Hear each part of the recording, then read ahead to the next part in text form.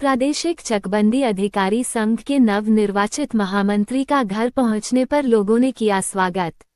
निजामाबाद आजमगढ़ प्रादेशिक चकबंदी अधिकारी संघ उत्तर प्रदेश के नवनिर्वाचित महामंत्री डॉक्टर ब्रजेश पाठक को प्रादेशिक चकबंदी अधिकारी संघ के चुनाव में उत्तर प्रदेश में प्रांतीय महामंत्री पद के चुनाव में निर्विरोध निर्वाचित किया गए, जिनका पैतृक आवास निजामाबाद आजमगढ़ पहुंचने क्षेत्र के लोगों ने माल्यार्पण कर किया जोरदार स्वागत, जो कि बताते चले कि वर्तमान में जनपद महाराजगंज में कार्यरत है। हाल ही में संपन्न हुए प्रादेशिक चकबंदी अधिकारी संघ उत्तर प्रदेश के चुनाव में प्रांतीय महामंत्री पद पर निर्विरोध निर्वाचित किए गए।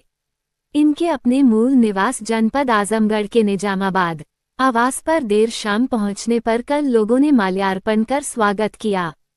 इस अवसर पर क्षेत्रीय राजस्व कर्मियों के साथ ही जनप्रतिनिधि तथा क्षेत्र एवं मोहल्ले के लोगों ने ब्रजेश पाठक का माल्यार्पण कर स्वागत किया। लोगों ने कहा कि यह जब भी घर आते हैं तो अपना समय लोगों से मिलने जुलने में ही व्यतीत करते हैं। इनके निर्विरोध निर्वाचित होने से कर्मचारियों का हित तथा विभाग में भी सुधार होगा। श्री पाठक ने कहा कि चकबंदी विभाग भी राजस्व विभाग का ही एक अंग है। वर्तमान में मुख्य विसंगतियों को दूर कराना है, जिसमें एसीओ को गजटेड प्रतिष्ठा, कैडर रिव्यू, रू 4800 ग्रेड पे, वेतन विसंगति का 1997 से फिक्सेशन, विभाग को प्रॉपर इंफ्रास्ट्रक्चर देने के साथ ही जनहित में अवशेष चकबंदी कार्य को तहसील से पूरा करते हुए विभाग का पूर्ण समायोजन तहसील प्रशासन में किया जाना प्रांतीय संघ का लक्ष्य है, जिसके लिए प्रदेश के उच्चाधिकारियों यथा चकबंदी आयुक्त, प्रमुख सचिव राजस्व, मुख्य सचिव उत्तर प्रदेश तथा माननीय मुख्यमंत्री जी से मिलकर सुधारने की कोशिश लगातार की जा रही है। इस अवसर पर उन्होंने कहा कि माननीय मुख्यमंत्री जी पर मुझे पूरा भरोसा है कि पूरी बात पटल पर आने के बाद उनका निर्णय जनहित में चकबंदी प्राधिकारियों कर्मचारियों के हित में ही होगा। आइए सुनते हैं इस अवसर पर डॉक्टर ब्रजेश पाठक जी ने क्या कहा। कृपया अपना परिचय दें। जी, मैं ब्रजेश पाठक, प्रांतीय महामंत्री चकबंदी अधिकारी संघ उत्तर प्रदेश।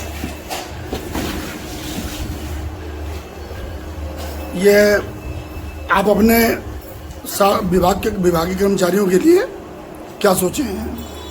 चकबंदी विभाग इस समय कुछ दुरूह परिस्थितियों से गुजर रहा है।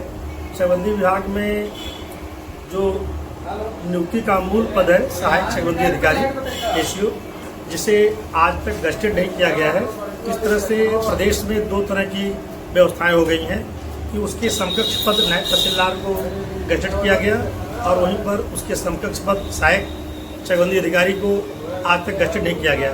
तो हम लोगों की सरकार से पहली मांग है कि सबसे पहले सहायक चकबंदी अधिकारी को नायब तहसीलदार की तरह गजटेड किया जाए।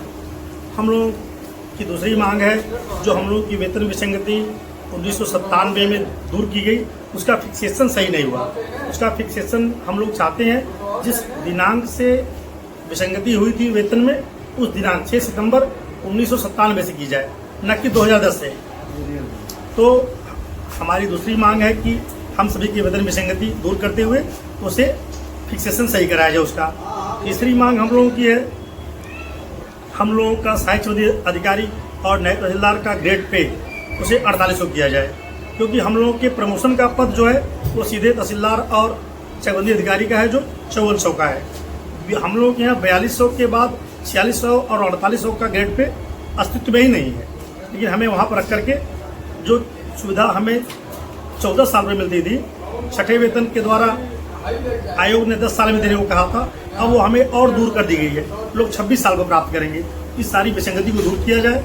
और चकबंदी विभाग में इंफ्रास्ट्रक्चर एकदम नहीं है, कोई भी रिसोर्सेज नहीं है जिससे कर्मचारी अधिकारी अपने कार्य को कर सके।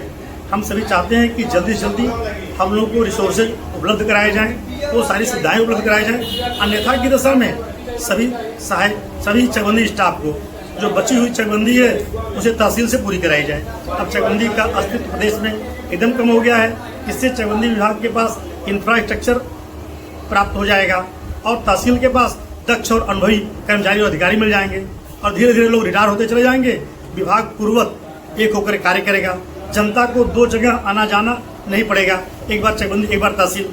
एक ही प्रकृति के दो तरह के विभाग को बनाए रखने का कोई औचित्य नहीं है।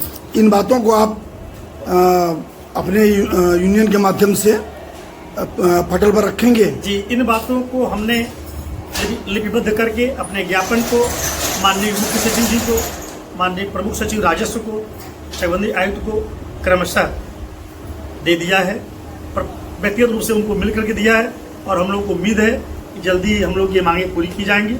इसी क्रम में हम लोग माननीय मुख्यमंत्री जी का भी समय लेने का प्रयास कर रहे हैं। उनके समक्ष भी हम अपनी बातों को रखेंगे, क्योंकि माननीय मुख्यमंत्री जी ही हमारे विभाग के मंत्री हैं। उनसे आपको अपेक्षाएं हैं कि उन तक बात पहुंचेगी तो कोई निश्चित ठोस कार्रवाई? एकदम, हम लोगों को पूरी अपेक्षाएं हैं। माननीय मुख्यमंत्री जी अपनी कृपा दृष्टि इस विभाग को करेंगे, जिससे जनता को सहूलत होगी और ये दोनों विभाग इकट्ठा होकर के तेजी के साथ कार्य करेंगे। राजस्व की सुविधाएं प्रत्येक भारतीय काश्तकारों को प्राप्त होगी।